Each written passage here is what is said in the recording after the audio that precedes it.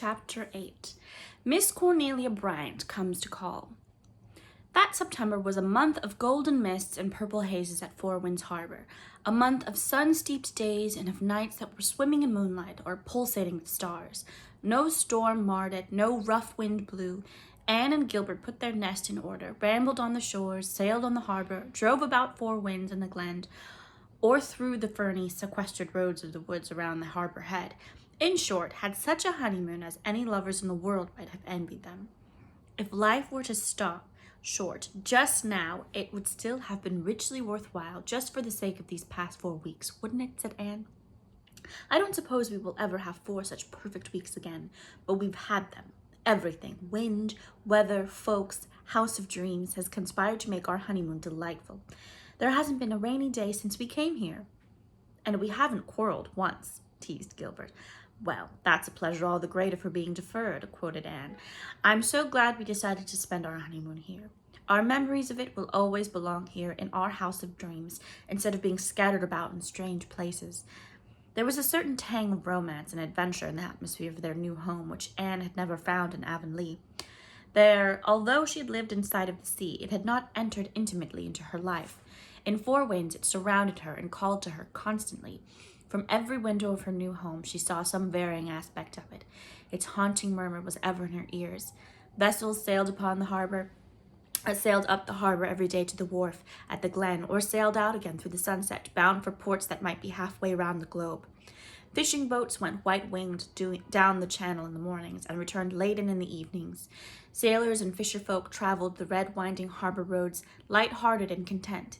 There was always a certain sense of things going to happen, of adventures and farings forth. The ways of Four Winds were less staid and settled and grooved than those of Avonlea. Winds of change blew over them. The sea called ever to the dwellers on the shore, and even those who might not answer its call felt the thrill and unrest and mystery and possibility of it. I understand now why some men must go to sea, said Anne. That desire which comes to all of us, to sail beyond the bourne of sunset, must be very imperious when it is born in you. I don't wonder Captain Jim ran away because of it. I never saw a ship sailing out of the channel, or a gull soaring over the sandbar without wishing I were on board the ship or had wings, not like a dove's to fly away and be at rest, but like a gull to sweep out into the very heart of a storm. You'll stay right here with me, Anne, girl, said Gilbert lazily. I won't have you flying away from me into the hearts of storms. They were sitting on their red sandstone doorsteps in the late afternoon. Great tranquillities were all about them in land and sea and sky. Silvery gulls were soaring over them. The horizons were laced with long trails of frail, pinkish clouds. The hushed air was threaded with the murmurous refrain of minstrel winds and waves. Pale asters were blowing in the sere and misty meadows between them and the harbor. Doctors who have to be up all night waiting on sick folk don't feel very adventurous, I suppose, Anne said indulgently. If you had had a good sleep last night, Gilbert, you'd be as ready as I am for flight of imagination. I did good work last night, Anne, said Gilbert quietly. Under God, I saved a life. This is the first time I could ever really claim that. In other cases, I may have helped, but Anne, if I had not stayed at Allenby's last night and fought death hand to hand, that woman would have died before morning. I tried an experiment that was certainly never tried in Four Winds before.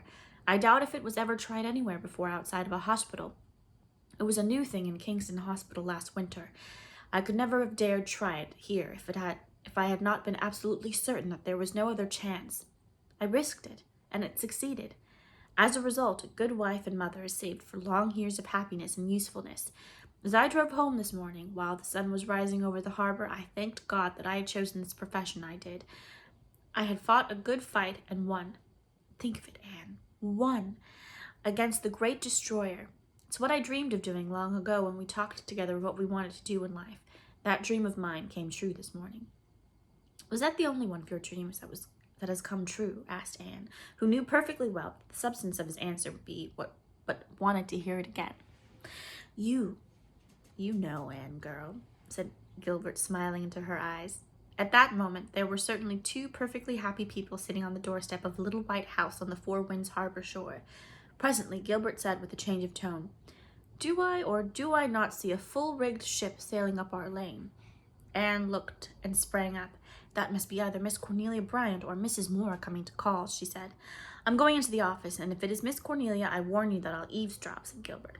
From all I've heard regarding Miss Cornelia, I conclude that her conversation will not be dull, to say the least. It may be Mrs. Moore.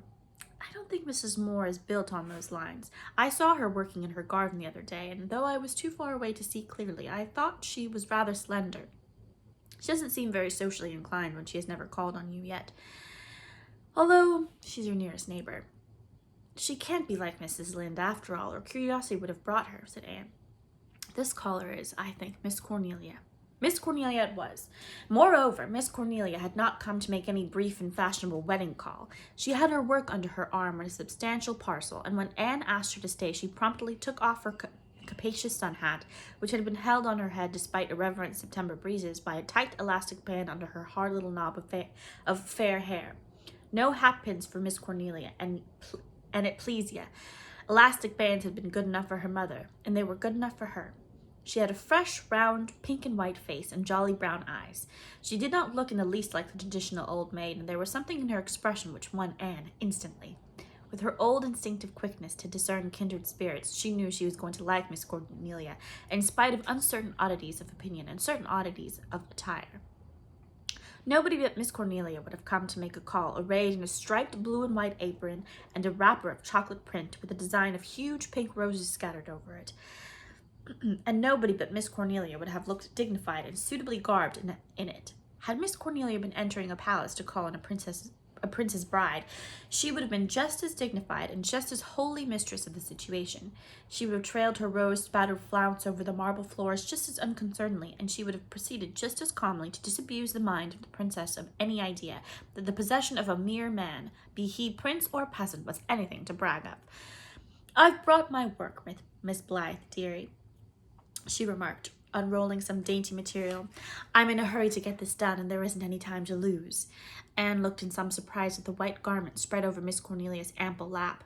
It was certainly a baby's dress, and it was most beautifully made, with tiny frills and tucks. Miss Cornelia adjusted her glasses and fell to embroidering with exquisite stitches. "This is for Mrs. Fred Proctor up at the Glen," she announced. "She's expecting her 8th baby any day now, and not a stitch has she ready for it. The other 7 have wore out all she made for the first, and she's never had time or strength or spirit to make any more. That woman is a martyr, Mrs. Blythe, believe me. When she married Fred Proctor, I knew how it would turn out. He was one of your wicked, fascinating men. After he got married, he left off being fascinating and just kept on being wicked. He drinks and he neglects his family. Isn't that like a man? I don't know how Mrs. Proctor would ever keep her children decently clothed if her neighbors didn't help her out." As Anne was afterwards to learn, Miss Cornelia was the only neighbor who troubled herself much about the decency of the young Proctors. "When I heard this 8th baby was coming, I decided to make some things for it," Miss Cornelia went on. "This is the last, and I want to finish it today." "It's certainly very pretty," said Anne. "I'll get my sewing, and we'll have a little thimble party of 2. You are a beautiful sewer, Miss Bryant." "Yes, I'm the best sewer in these parts," said Miss Cornelia in a matter-of-fact tone. "I ought to be. Lord, I've done more of it than if I'd had 100 children of my own. Believe me. I suppose I'm a fool to be putting hand embroidery on this dress for an 8th baby, but Lord, Mrs. Blythe, dearie, it isn't to blame for being the 8th, and I kind of wished to have one real pretty dress, just as if it was wanted. Nobody's wanting the poor mite, so I put some extra fuss on its little things, just on that account." "Any baby might be proud of that dress," said Anne, feeling still more strongly that she was going to like Miss Cornelia. "I suppose you've been thinking I was never coming to call on you," resumed Miss Cornelia, "but this is harvest month, you know, and I've been busy, and a lot of extra hands hanging around, eating more than they work, just like the men. I'd have come yesterday, but I went to Mrs. Roderick McAllister's funeral. At first I thought my head was aching so badly I couldn't enjoy myself if I did go, but she was 100 years old, and I'd always promised myself that I'd go to her funeral." "Was it a successful function?" asked Anne, noticing that the office door was ajar. "What's that? Oh, yes, it was a tremendous funeral. She had a very large connection. There was over 120 carriages in the procession. There was 1 or 2 funny things happened. I thought that Di would to see old Joe Bradshaw, who is an infidel and never darkens the door of a church, singing 'Safe in the Arms of Jesus' with great gusto and fervor.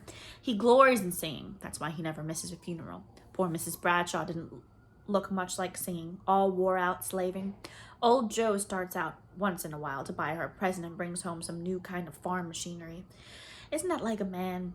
But what else would you expect of a man who never goes to church, even the Methodist one? I was real thankful to see you and the young doctor in the Presbyterian church your first Sunday. No doctor for me who isn't a Presbyterian. We were in the Methodist church last Sunday evening, said Anne wickedly. Oh, I suppose Dr. Blythe has to go to the Methodist church once in a while or he wouldn't get the Methodist practice. We liked the sermon very much, declared Anne boldly, and I thought the Methodist minister's prayer was one of the most beautiful I'd ever heard. Oh, I've no doubt he can pray. I never heard anyone make more beautiful prayers than old Sam Bentley, who was always a drunk, or hoping to be, and the drunker he was, the better he prayed. The Methodist minister is very fine-looking, said Anne, for the benefit of the office door. Yes, he's quite ornamental, agreed Miss Cornelia. Oh, and very ladylike, and he thinks that every girl who looks at him falls in love with him. If you and the young doctor take my advice, you won't have much to do with the Methodists. My motto is, if you are a Presbyterian, be a Presbyterian. Don't you think that Methodists go to heaven as well as Presbyterians? Asked Anne smilelessly. That isn't for us to decide. It's in higher hands than ours, said Miss Cornelia solemnly. But I ain't going to associate with them on earth, whatever I may have to do in heaven. This Methodist minister isn't married. The last one that they had was, and his wife was the silliest, flightiest little thing I ever saw. I told her husband once that he should have waited till she was grown up before he married her. He said he wanted to have the training of her. Oh, wasn't that like a man? It's rather hard to decide just when people are grown up, laughed Anne. That's a true word, dearie. Some are grown up when they're born, and others ain't grown up when they're 80. Believe me, that same Mrs. Roderick I was speaking of never grew up. She was as foolish when she was 100 as when she was 10. Perhaps that's why she lived so long, suggested Anne. Maybe 'twas. I'd rather live 50 sensible years than 100 foolish ones. But just think what a dull world it would be if everyone was sensible, pleaded Anne. Miss Cornelia disdained any skirmish of flippant epigram. Mrs. Roderick was a Milgrave, and the Milgraves never had much sense. Her nephew, Ebenezer Milgrave, used to be insane for years. He believed he was dead and used to rage at his wife because she wouldn't bury him. I'd have done it. Miss Cornelia looked so grimly determined that Anne could almost see her with a spade in her hand. Don't you know any good husbands, Miss Bryant? Oh, yes, lots of them, over yonder, said Miss Cornelia, waving her hand through the open window towards the little graveyard of the church across the harbor. But living, going out about in the flesh, persisted Anne. Oh, there's a few, just to show that with God all things are possible, acknowledged Miss Cornelia reluctantly. I don't deny that an odd man here and there, if he's caught young and trained up proper, and if his mother spanked him well beforehand, may turn out to be a decent being. Your husband, now, isn't so bad as men go from all I hear. I suppose Miss Cornelia looked sharply at Anne over her glasses. You think there's nobody like him in the world? There isn't, said Anne promptly. Ah, well, I heard another bride say that once, sighed Miss Cornelia. Jenny Dean thought when she married that there wasn't anybody like her husband in the world, and she was right. There wasn't. And a good thing, too, believe me. He led her on an awful life, and he was courting his second wife while Jenny was dying. Wasn't that like a man? However, I hope your confidence will be better justified, dearie. The young doctor's taken real well. I was afraid at first he mightn't, for folks hereabouts have always thought old Dr. Dave the only doctor in the world. Dr. Dave hadn't much tact, to be sure. He was always talking of ropes and houses where someone had hanged himself, but folks forgot their hurt feelings when they had a pain in their stomachs. If he hadn't been a minister instead of a doctor, they'd never have forgiven him. Soul ache doesn't worry folks near as much as stomach ache. Seeing as we're both Presbyterian and no Methodists around, will you tell me your candid opinions of our minister? Why, really? Hesitated Anne. Miss Cornelia nodded. Exactly. I agree with you, dearie. We made a mistake when we called him. His face just looks like one of those long, narrow stones in the graveyard, doesn't it? Sacred to the memory ought to be written on his forehead. I shall never forget the first sermon he preached after he came. It was on the subject of everyone doing what they were best fitted for. A very good subject, of course, but such illustrations as he used. He said, if you had a cow and an apple tree, and if you tied the apple tree in your stable and planted the cow in your orchard with her legs up, how much milk would you get from the apple tree, or how many apples from the cow? Did you ever hear the like in your born days, dearie? I was so thankful there was no Methodists there that day. They'd never have been done hooting over it. But what I dislike most in him is his habit of agreeing with everybody, no matter what is said.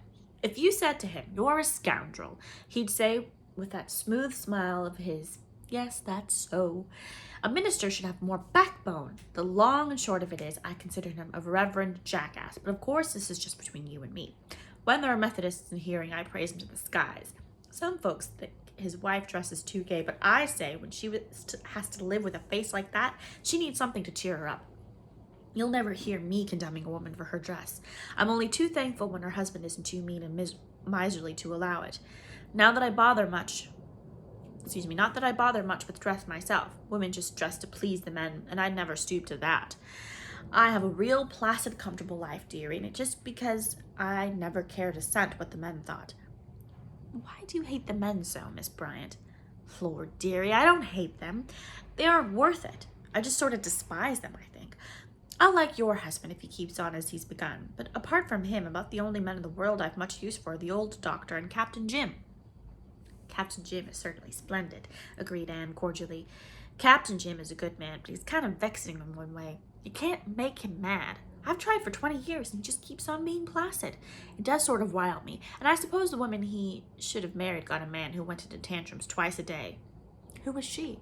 Oh, I don't know, dearie. I never remember Captain Jim making up to anybody. He's edging on old as far as my memory goes. He's 76, you know.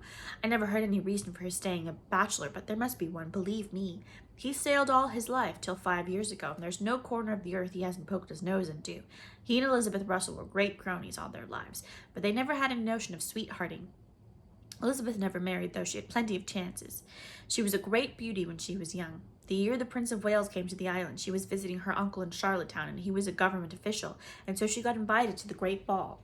She was the prettiest girl there, and the prince danced with her, and all the other women he didn't dance with were furious about it because their social standing was higher than hers, and they said he shouldn't have passed them over. Elizabeth was always very proud of that dance. Mean folks said that was why she never married. She shouldn't put up with an ordinary man after dancing with a prince. But that wasn't so. She told me the reason once. It was because she had such a temper that she was afraid she couldn't live peaceably with any man. She had an awful temper. She used to have to go upstairs with bite pieces out of her bureau to keep it down by times, but I told her that wasn't any reason for not marrying if she wanted to. There was no reason why she should let the men have a monopoly of temper. Is there, Mrs. Blythe, dearie? I've a bit of a temper myself, sighed Anne. It's well you have, dearie. You won't be half so likely to be trodden on, believe me. My, how that golden glow of yours is blooming. Your garden looks fine.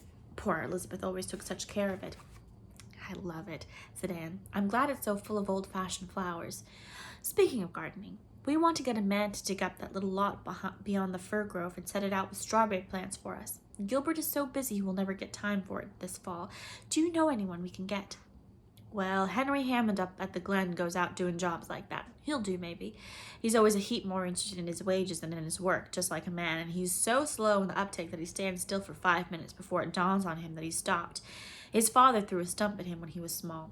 Nice, gentle missile, wasn't it? So like a man. Of course, the boy never got over it, but he's the only one I can recommend at all. He painted my house for me last spring. It looks real nice now, don't you think? Anne was saved by the clock striking 5. Lord, is it that late? Exclaimed Miss Cornelia. How time does slip by when you're enjoying yourself. Well, I must betake myself home. No, indeed. You're going to stay and have tea with us, said Anne eagerly. Are you asking me because you think you ought to, or because you really want to? Demanded Miss Cornelia. Because I really want to. Then I'll stay. You belong to the race that knows Joseph. I know we're going to be friends, said Anne with that smile that only they of the household or Faith ever saw. Yes, we are, dearie. Thank goodness we can choose our friends. We have to take our relatives as they are and be thankful if there are no penitentiary birds among them.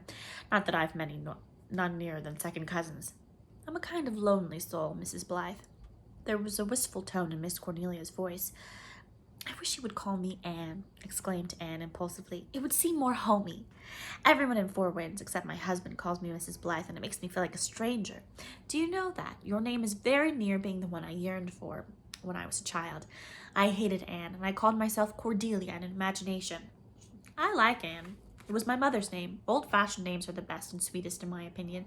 If you're going to get tea, you might send the young doctor to talk to me. He's been lying on the sofa in that office ever since I came, laughing fit to kill over what I've been saying. How did you know? Cried Anne, too aghast at this instant of Miss Cornelia's uncanny prescience to make a polite denial. I saw him sitting beside you when I came up the lane, and I know men's tricks, retorted Miss Cornelia.